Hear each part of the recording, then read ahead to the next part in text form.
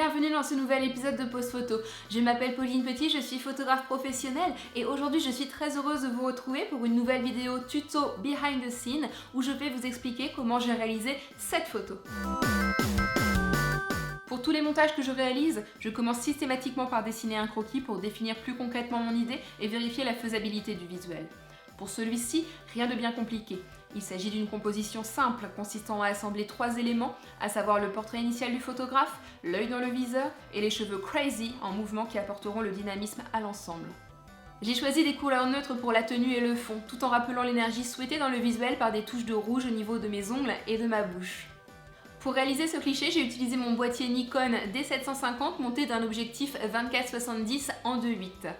J'ai utilisé une torche flash Elinchrom que j'ai placée à 45 degrés sur ma gauche, légèrement en hauteur. Au niveau du triangle d'exposition, je me suis réglée sur ma vitesse synchro flash, c'est-à-dire 1/200. Puis j'ai réglé mon diaphragme à f11 et mes ISO à 100.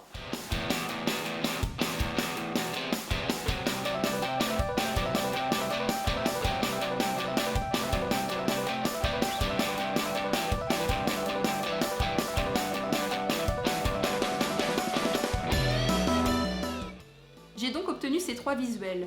Le portrait du photographe à gauche constituera la base de mon montage. Le gros plan sur mes yeux me permettra d'intégrer un œil dans le viseur. Et enfin, mes cheveux en mouvement apporteront le dynamisme souhaité. La suite se passe maintenant sous Photoshop. J'ai commencé par ouvrir le portrait qui constituera la base de mon montage. Je l'ai dupliqué pour garder la version originale du visuel, puis je l'ai recadré en conservant les proportions 2/3. J'ai importé la photo de mes cheveux en mouvement dans un nouveau calque, puis en jouant sur l'opacité de ce dernier, je l'ai positionné à l'endroit où je souhaitais. Enfin, grâce à un masque de fusion, j'ai intégré cette seconde photo à mon portrait initial.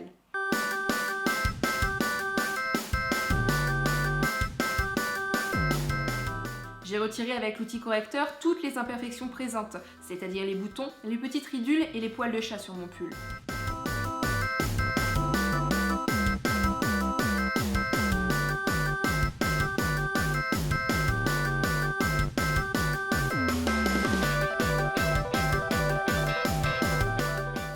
J'ai ensuite importé la 3e et dernière photo du montage, celle du gros plan de mes yeux.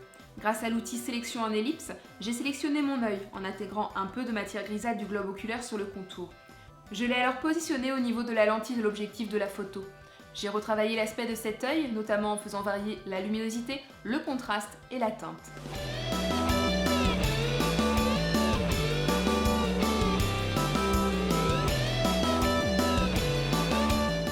Enfin, j'ai recoloré ma bouche, mes ongles, ma peau, mes yeux, mes sourcils et mes cheveux afin de donner de l'intensité et de la profondeur aux couleurs.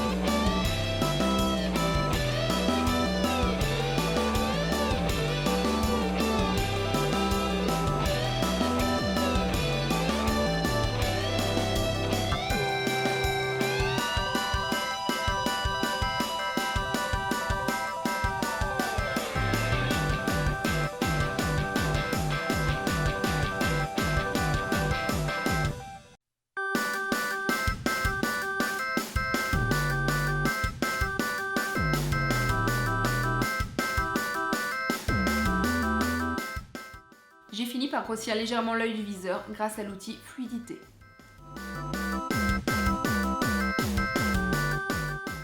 J'ai ainsi obtenu le visuel suivant.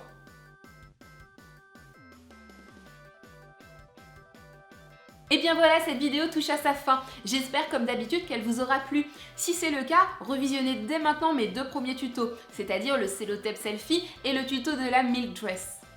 Je vous remercie pour votre soutien, pour votre fidélité et je vous retrouve très vite dans une nouvelle vidéo. Bye!